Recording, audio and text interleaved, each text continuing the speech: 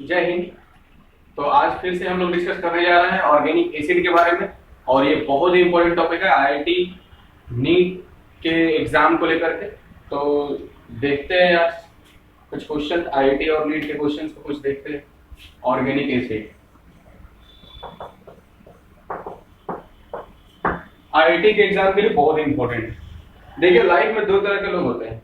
एक तो होता है जिनका एक बहुत बड़ा गोल होता है और एक दूसरे ऐसे होते हैं जिनका लाइफ गोल गोल होता है। मतलब कि एक तो बहुत बड़ा गोल बना के रखे हुए हैं और उनके पीछे दौड़ रहे हैं, और दूसरा ये है कि उनका लाइफ पूरा गोल बना हुआ है। तो आपको डिसाइड करना है कि आपको करना क्या है। चलिए हम लोग ऑर्गेनिक एसिड की तरफ बढ़ते हैं और आज इस पर बहुत सारा क्वेश्चन सॉल्व करने वाले हैं। वैसे पिछले लेक्चर को आप लोग देख लीजिएगा, उसमें से ये पता चलेगा पहले से हम लोग इस टॉपिक पर 500 क्वेश्चन सॉल्व कर चुके हैं। ठीक है, तो कुछ क्वेश्चन को आप फिर से डिस्कस करने जा रहे हैं, जो कि क्वेश्चन फर्स्ट ये है ऑर्गेनिक एसिड से रिलेटेड। आपका ये है डायग्राम, फिगर ये हो गया, ये कुछ इस तरह से क्वेश्चन बैंक से क्वेश्चन लिया गया है। ठीक है, यहाँ पर NH2 है और यहाँ पे भी NH2 और यहाँ पे है COH। तो बताना है कि इसमें से सबसे ज्यादा एसिडिक कौन होगा। नंबर 1 दे दिया गया क्वेश्चन में, 1 2 और ये 3। एसिडिक ऑर्डर बताना है कि सबसे ज्यादा एसिडिक कौन होगा, इसमें सबसे ज्यादा एसिडिक कौन होगा। ठीक है, तो चेक करने का ये तरीका पहले भी बहुत सारे क्वेश्चन को डिस्कस कर चुके हैं हम लोग। कुछ ऐसा नहीं है कि न्यू पढ़ाई कर रहे हैं हम लोग। 500 क्वेश्चन किया हुआ है इसका, ऑलरेडी बहुत सारा क्वेश्चन किया हुआ है। तो इसमें घबराने की जरूरत नहीं है, ऐसा कुछ न्यू क्वेश्चन को हम डिस्कस करने आ रहे थे।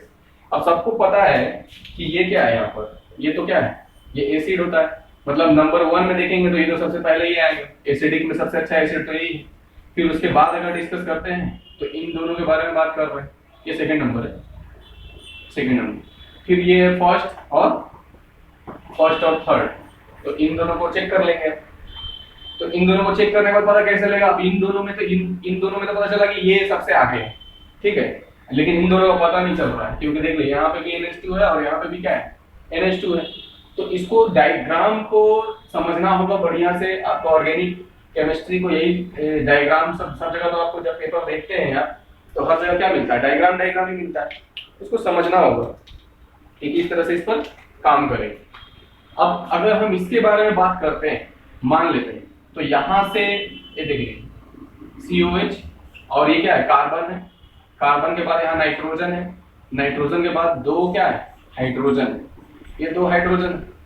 तो यहाँ से देखिए ये खींचने वाला ग्रुप जो है ना, ये खींचने वाला ग्रुप है। मतलब कि अगर ये खींचेगा, क्योंकि इसका डिस्टेंस देखिए, इसका डिस्टेंस क्या है, यहाँ से इसका डिस्टेंस क्या है, बहुत कम है। तो ये खींचेगा ना, खींचेगा बहुत ज्यादा होगा, ये ज्यादा खींच रहा है। ठीक है, इसका नेचर जो खींचने वाला है वो ज्यादा खींचेगा।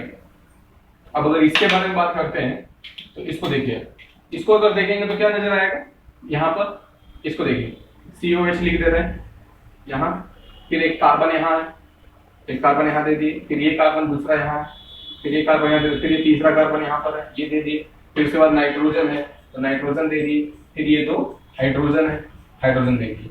तो आप देख लीजिए अब यहाँ पर कि इसका और इसका डिस्टेंस क्या है, यहाँ से लेके यहाँ तक का डिस्टेंस क्या है, बहुत ज्यादा है कि नहीं। तो डिस्टेंस ज्यादा है ना, तो यहाँ नेगेटिव इंडक्टिव इफेक्ट वैल्यू कम होगा, और यहाँ पर डिस्टेंस ज्यादा है तो नेगेटिव इंडक्टिव इफेक्ट का वैल्यू क्या होगा, ज्यादा होगा। और यहाँ नेगेटिव इंडक्टिव इफेक्ट का वैल्यू क्या होगा, कम होगा। तो ऑर्डर में इसे देखते हैं कि नेगेटिव इंडक्टिव इफेक्ट जिसका ज्यादा होगा उसका एसिडिक नेचर भी ज्यादा होगा।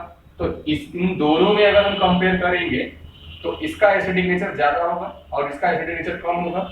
और फाइनली इसका आंसर ये हो जाएगा, मतलब सेकेंड नंबर तो अपने जगह पे ही है। फिर अगर देखेंगे तो इन दोनों में अगर चेक करेंगे तो फर्स्ट नंबर वाला क्योंकि इसका डिस्टेंस क्या है, बहुत कम है यहाँ पर, और इसका डिस्टेंस देखिए यहाँ पे बहुत ज्यादा है कि नहीं। तो डिस्टेंस कम होने के कारण इसका नेगेटिव इंडक्टिव इफेक्ट क्या होगा, बहुत ज्यादा होगा। और डिस्टेंस बहुत ज्यादा है यहाँ पर, मतलब नेगेटिव इंडक्टिव इफेक्ट का वैल्यू क्या होगा, बहुत कम हो जाएगा। और जब कम होगा तो क्या करेंगे, यहाँ पर इसको ऑर्डर में ऐसे लगा देंगे, ऐसे ऑर्डर में ऐसे। ये हो गया इसका करेक्ट आंसर, इसको नोट कीजिए।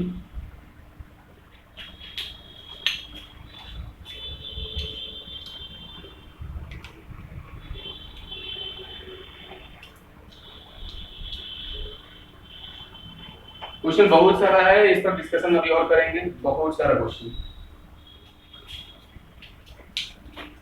मिटा दे रहे हैं।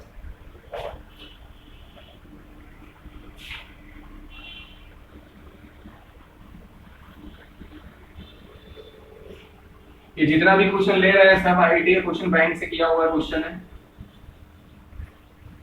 ऑर्गेनिक एसिड में बहुत सारा क्वेश्चन का प्रैक्टिस हम लोग ऑलरेडी कर चुके हैं, आज भी कुछ क्वेश्चन को देख रहे हैं। चलो नेक्स्ट क्वेश्चन आईटी का ही है, ये क्वेश्चन के बैंक से, क्वेश्चन बैंक से ये क्वेश्चन लिया गया है। ये है क्वेश्चन,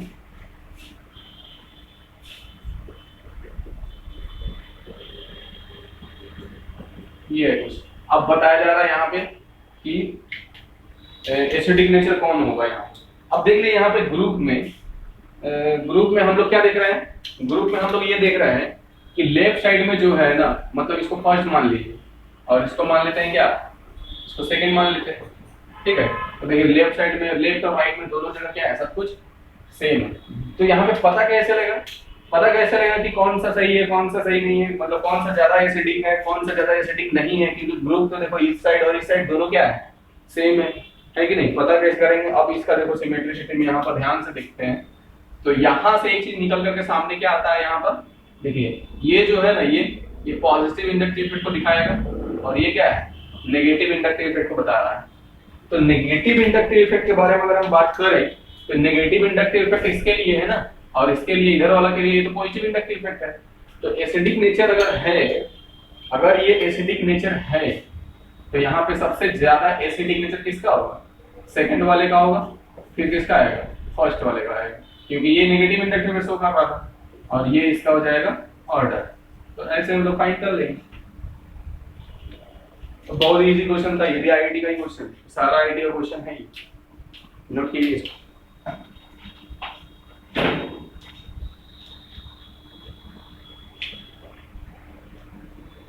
क्वेश्चन बैंक से क्वेश्चन देख रहे हैं हम लोग।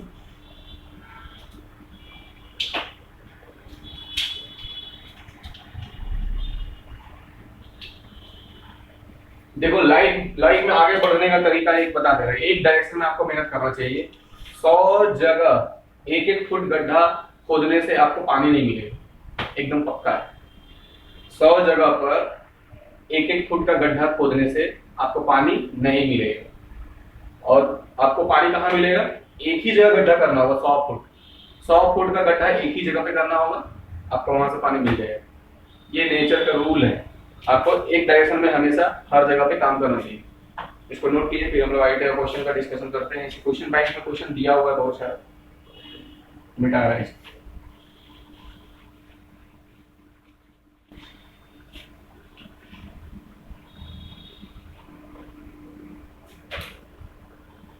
क्वेश्चन फिर कुछ इस तरह से ऐसे क्वेश्चन दिया हुआ है।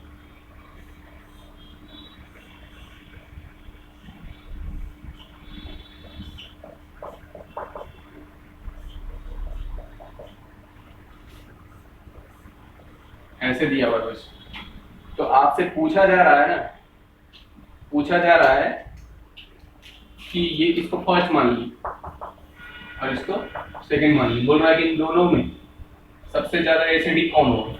बहुत अच्छा क्वेश्चन है, यहाँ लोन पे है, बहुत अच्छा क्वेश्चन है, देख लीजिए, बहुत इंटरेस्टिंग क्वेश्चन। क्या करेंगे इसमें हम, देखो इसको दो पार्ट में डिवाइड करते हैं। एसिडिक नेचर में इन दोनों के बारे में पूछ रहा है, लेकिन दोनों देख लो, यहाँ पे क्या है, OH यहाँ भी है, OH यहाँ भी है। तो जब दोनों जगह OH है तो एसिडिक नेचर कैसे डिसाइड करेंगे। अब एसिडिक नेचर डिसाइड करने के लिए दोनों का ऑपरेशन करेंगे, दोनों का ऑपरेशन चेक करते हैं कि क्या हाल है यहाँ पे। ध्यान से देखिए, सबसे पहले फर्स्ट वाला को देखते हैं, इसको ले लो ऐसे,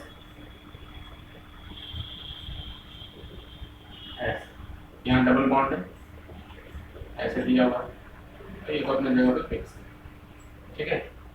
तो देखिए यहाँ पर है क्या कि जैसे ही ये तो एसिड है ना, एसिड है ये ऑलरेडी, एसिड सबको पता है, एसिड प्रोटॉन को लूज करता है, प्रोटॉन देता है, एसिड हमेशा प्रोटॉन को देता है, और प्रोटॉन जब देगा, अगर ये प्रोटॉन देगा तो कॉन्जुगेट बेस मिलेगा, कॉन्जुगेट बेस बनेगा साथ में, तो क्या होगा, यहाँ से ये प्रोटॉन को लूज करेगा, यहाँ से टूटेगा, बॉन्ड टूट गया, यहाँ से ब्रेक हो गया, और जब बॉन्ड ब्रेक होगा तो क्या होगा, प्रोटॉन दे दिया। प्रोटॉन देने के बाद ये बनाएगा कॉन्जुगेट बेस, ये बनाएगा कॉन्जुगेट बेस, ऐसे बनाएगा। ये अपने जगह पर है, यहाँ डबल बॉन्ड था और ये ऐसे बन गया, यहाँ तो ऐसे एक ये बन गया, क्या है ये, कॉन्जुगेट बेस। कॉन्जुगेट बेस बनता कैसे है, कोई भी एसिड जब प्रोटॉन को देगा ना, एसिड क्या है, ये एसिड है, प्रोटॉन दिया तो ये क्या बन गया, कॉन्जुगेट बेस। अब कॉन्जुगेट बेस बना यहाँ पर, तो आपको देखना ये है ना कि देखो यहाँ पे क्या है, सिग्मा बॉन्ड है और यहाँ पाई बॉन्ड, रेजोनेंस होगा, और रेजोनेंस होगा। देखो रेजोनेंस कैसे बनाएगा, ये रेजोनेंस बनाया कैसे, ये वाला जो है ना, ये लोन पेयर जो है, ये लोन पेयर यहाँ आएगा और ये यहाँ जाएगा, ठीक है। तो देख लो यहाँ पे क्या होगा, ऐसे बनाएगा, तो कितना रेजोनेंस हो रहा है यहाँ पर, ये देखना ध्यान से, ऐसे, ये तो अपनी जगह पर है। और यहाँ पर क्या होगा, ये यहाँ गया तो यहाँ एक माइनस आ गया, ठीक है, यहाँ पर सिग्मा बॉन्ड आ जाएगा और यहाँ पे क्या आ जाएगा, डबल बॉन्ड आ जाएगा और यहाँ पे ऑक्सीजन है, ऐसे, ठीक है, इस तरह से आ जाएगा। तो कितना रेजोनेंस हुआ, यहाँ पर दो स्ट्रक्चर है ना, यहाँ पर दो रेजोनेंस हो रहा है, टू रेजोनेंस। अगर ऐसा देखेंगे तो यहाँ क्या होगा, टू रेजोनेंस हो रहा है इसके अंदर। जब हम इसको लिए तब इसमें तो दो रेजोनेंस हो रहा है, ठीक है। लेकिन जब इसके बारे में अगर हम बात करेंगे, तो जब इसके बारे में बात करेंगे, अगर हम इसको लेते हैं, ये वाला डायग्राम यहाँ पे ड्रॉ कर देंगे, देख लेंगे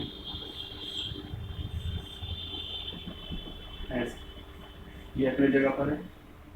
और जब इस डायग्राम के बारे में बात कर रहे हैं, यहाँ तो डबल बॉन्ड है कि नहीं, और जब यहाँ पे लेंगे ऐसे ऐसे, ठीक है, सेकंड नंबर वाला, अब ये भी क्या करेगा, ये भी यहाँ से प्रोटॉन को देगा, तो ये बॉन्ड टूटेगा, और जब प्रोटॉन देगा तो क्या होगा, देख लो यहाँ सिग्मा है, यहाँ पाई है, यहाँ सिग्मा है और यहाँ तो क्या है, पाई है कि नहीं, इस तरह से दिया हुआ है, कुछ कट तो नहीं रहा है,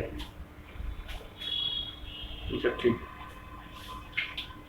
तो अब क्या हो जाएगा, यहाँ पे प्रोटॉन दिया ना, प्रोटॉन दिया तो क्या बन गया, कॉन्जुगेट बेस बन गया, कॉन्जुगेट बेस बनाएंगे ऐसे, ये अपने जगह पर है, और ये यहाँ पर आ गए, और यहाँ पर क्या है, ऐसे, ठीक है। तो अब क्या होगा, यहाँ पर ये देगा इसको, ये देगा इसको, और ये देगा इसको, तो इसके साथ क्या बना देगा, इसके साथ ये बना देगा, इसके साथ ये बनेगा, देखिए ऑक्सीजन ये है, और ये तो अपनी जगह पर है, ठीक है। तो क्या होगा, यहाँ पे डबल बॉन्ड आ जाएगा, ठीक है, और यहाँ से हट गया ये, मतलब यहाँ पर आ गया एंट्री, मतलब ये सिग्मा बॉन्ड हो गया, एक तो ऐसे हो गया यहाँ पर। अब फिर से और रेजोनेंस होगा, एक बार और होगा, ये यहाँ आएगा और ये यहाँ जाएगा, और जब ऐसे होगा तब क्या करेंगे, इधर ड्रॉ कर जाएगा, यहाँ ऑक्सीजन है, ये तो अपनी जगह पर है, ठीक है, और यहाँ डबल बॉन्ड आ गया, और यहाँ पर आ गया सिंगल बॉन्ड, और ये माइनस आ गया, ठीक है। तो इसमें कितना डायग्राम ड्रॉ होगा, एक तो यहाँ होगा, दूसरा यहाँ होगा और तीसरा यहाँ होगा, मतलब तीन रेजोनेंस हो रहा है। इसमें कितना रेजोनेंस हो रहा है, 3 रेजोनेंस। अच्छा ध्यान दें, जितना ज्यादा रेजोनेंस होगा ना, उसका कॉन्जुगेट बेस उतना ही ज्यादा स्टेबल होगा। समझ में आ रहा है, यहाँ तो 2 ही रेजोनेंस से हो रहा है, और यहाँ कितना रेजोनेंस हो रहा है, 3 रेजोनेंस हो रहा है, मतलब इसका कॉन्जुगेट बेस क्या होगा, ज्यादा स्टेबल होगा, और ज्यादा स्टेबल कॉन्जुगेट बेस होगा ना तो उसका एसिड स्ट्रॉन्ग होगा, मतलब कि ये क्या है, ये स्ट्रॉन्ग एसिड, ये जो है ना, ये स्ट्रॉन्ग एसिड हो गया। कौन वाला? सेकंड नंबर वाला। और यहाँ पर क्या हो गया, इसमें 2 रेजोनेंस हो रहा है, रेजोनेंस 200 हो रहा है, लेकिन स्टेबल ये भी है लेकिन इससे कम स्टेबल। ठीक है, क्योंकि जितना ज्यादा रेजोनेंस होता है ना, जितना ज्यादा रेजोनेंस होगा उसका स्टेबिलिटी जो होगा उतना ही ज्यादा होगा, स्टेबिलिटी उसका ज्यादा हो जाएगा। कॉन्जुगेट बेस क्या होगा, उतना ही ज्यादा स्टेबल होगा, क्योंकि रेजोनेंस ज्यादा शो हो रहा है, रेजोनेंस ज्यादा शो होगा, कॉन्जुगेट बेस का स्टेबिलिटी भी उतना ही ज्यादा होगा। और कॉन्जुगेट बेस जितना ज्यादा स्टेबल होगा वो उतना अच्छा स्ट्रॉन्ग एसिड माना जाएगा। तो इससे ये पता चल रहा है कि इस डायग्राम में अगर एसिडिक नेचर के बारे में बात करें, एसिडिक नेचर के बारे में बात करें तो सेकेंड वाला ज्यादा स्टेबल होगा फर्स्ट वाले से। ये है, इसको नोट कीजिए।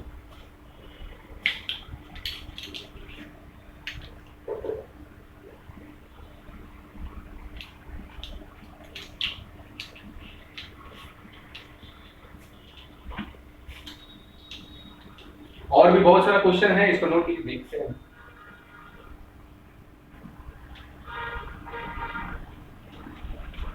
सोसाइटी का क्वेश्चन,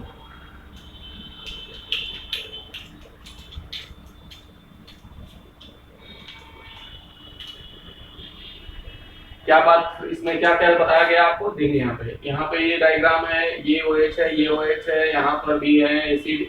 अब पूछ रहा है ना कि इन दोनों में सबसे अच्छा एसिड कौन है, इन दोनों में, तो दोनों जगह तो OH है, तो फर्स्ट वाला को हम यहाँ पे निकाले, फर्स्ट वाला को निकाले तो इसका 2 रेजोनेंस आया है। ठीक है, ये अलग है,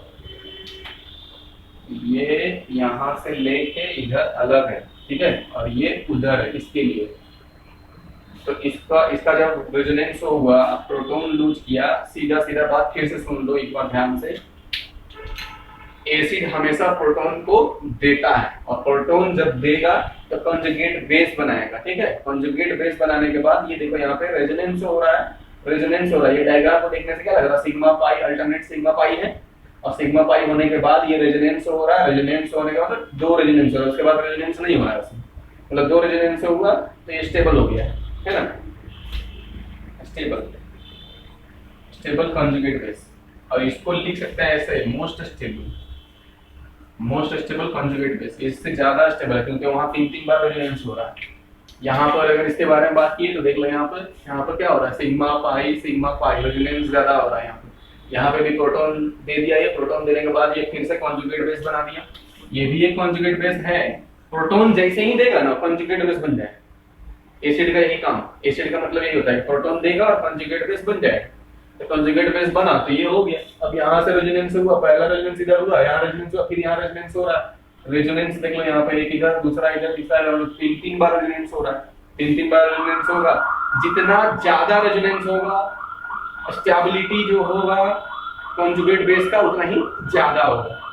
ठीक है, और जितना ज्यादा कॉन्जुगेट बेस स्टेबल होगा उसका एसिड उतना ही ज्यादा स्ट्रांग होगा। ये है फाइनल, नोट करो।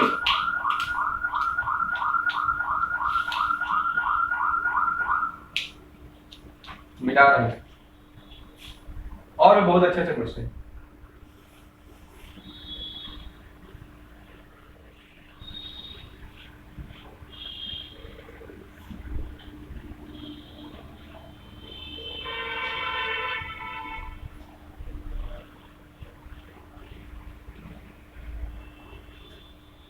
क्वेश्चन और भी है, next question, CH3 whole thrice silicon, ये OH है। ठीक है, फिर यहाँ पे दिया हुआ है CH3 होल थ्राइस एक कार्बन, ये OH। इसको फर्स्ट मान लिए, इसको मान लिए सेकंड। तो बोल रहा है कि इन दोनों में एसिडिक सबसे ज्यादा कौन है, एसिडिक बताना है आपको। सबसे अच्छा एसिडिक कौन हो ये बताना। फिर से वही काम करेंगे, फिर से वही काम करेंगे हम। मान लो फर्स्ट वाला को चेक कर लेते हैं, फर्स्ट वाला को चेक करेंगे तो क्या है, सिलिकॉन तो सेंटर पर है, इधर लगा दो CH3, इधर भी लगा दो CH3, इधर भी लगा दो CH3, ये हो गया ऑक्सीजन, ये हो गया हाइड्रोजन। ठीक है, अब यहाँ पे फिर से हम क्या बताएंगे, फिर से देखो ये प्रोटॉन देगा, जब प्रोटॉन देगा तो बन गया, ये दिया प्रोटॉन दिया, तो ये क्या बन गया, conjugate base, conjugate base, conjugate base बन गया। अब यहाँ पे कॉन्जुगेट बेस बना तो देख रहा है क्या, यहाँ पे ध्यान से देखना, यहाँ पे ये ध्यान से ये देखना है कि कॉन्जुगेट बेस बनने के बाद ये ऑक्सीजन जो है ना, इलेक्ट्रॉन रिच है, बहुत ज्यादा इलेक्ट्रॉन उसके पास, समझ में आ रहा है। अब ये ज्यादा रिच है ना, रिच है, तो ये इलेक्ट्रॉन इसको देना चाहेगा, इसको सिलिकॉन को देना चाहेगा, ठीक है, ये इसको सिलिकॉन को देगा इलेक्ट्रॉन। और सबको पता है कि ऑक्सीजन तो सेकंड पीरियड में आता है और सिलिकॉन किस में आता है, थर्ड पीरियड में आता है। तो सेकंड पीरियड से इलेक्ट्रॉन किस में जाएगा, थर्ड पीरियड में जाएगा, और ये बैक बॉन्ड बनाता है। यहाँ बैक बॉन्ड बना रहा है, एक्स्ट्रा बॉन्डिंग आ रहा है, यहाँ पर बैक बॉन्ड बना रहा है, एक्स्ट्रा बॉन्डिंग आ रहा है, सेकंड पीरियड से इलेक्ट्रॉन सिलिकॉन में जा रहा है। बैक बॉन्ड कैसे बनाएगा, इसका दो, इसकी तो 2s2p है, मतलब इसमें 2p वाला 2p पाई, और यह 3d 2p पाई, और ये क्या हो जाएगा 3d पाई, 2p पाई से 3d पाई में इलेक्ट्रॉन चला गया। 2 का मतलब सेकेंड पीरियड और 3 का मतलब थर्ड पीरियड, ठीक है, क्योंकि ऑक्सीजन सेकेंड पीरियड में आता है, ऑक्सीजन हमेशा किस में आता है, सेकेंड पीरियड में आता है, तो इसलिए 2p पाई से गया किसमें, 3d पाई में, और ये 3d मतलब कि थर्ड पीरियड में गया, और इसका वैकेंट डी ऑर्बिटल है। यहाँ पर ऑक्सीजन रीच है, ऑक्सीजन रीच है 2p, मतलब सेकेंड पीरियड का ऑक्सीजन बहुत रीच है, इलेक्ट्रॉन इसमें बहुत ज्यादा है, देख लो कितना इलेक्ट्रॉन, ठीक है, और ये इलेक्ट्रॉन इसको देगा सिलिकॉन को, जो कि सिलिकॉन थर्ड पीरियड में आता है। थर्ड पीरियड में इसके पास वैकेंट डी ऑर्बिटल है, डी ऑर्बिटल का मतलब सारा खाली है घर, मतलब ये देने वाला अगर इलेक्ट्रॉन अगर ये देता है तो ये इलेक्ट्रॉन क्या है, लेने वाला है, क्योंकि इसके पास रीच है, बहुत ज्यादा इलेक्ट्रॉन है ये, और इसके पास वैकेंट डी ऑर्बिटल भी है, मतलब ये लेना भी चाह रहा है, तो ये देना चाह रहा है और ये इलेक्ट्रॉन लेना चाह रहा है, तो इसके बीच में बॉन्डिंग बन जाएगा, बॉन्डिंग मतलब एक्स्ट्रा बॉन्डिंग, और एक्स्ट्रा बॉन्डिंग के चलते ये क्या हो जाएगा, स्टेबल, इस तरह से हो जाता है, एक्स्ट्रा बॉन्डिंग होता है यहाँ पर।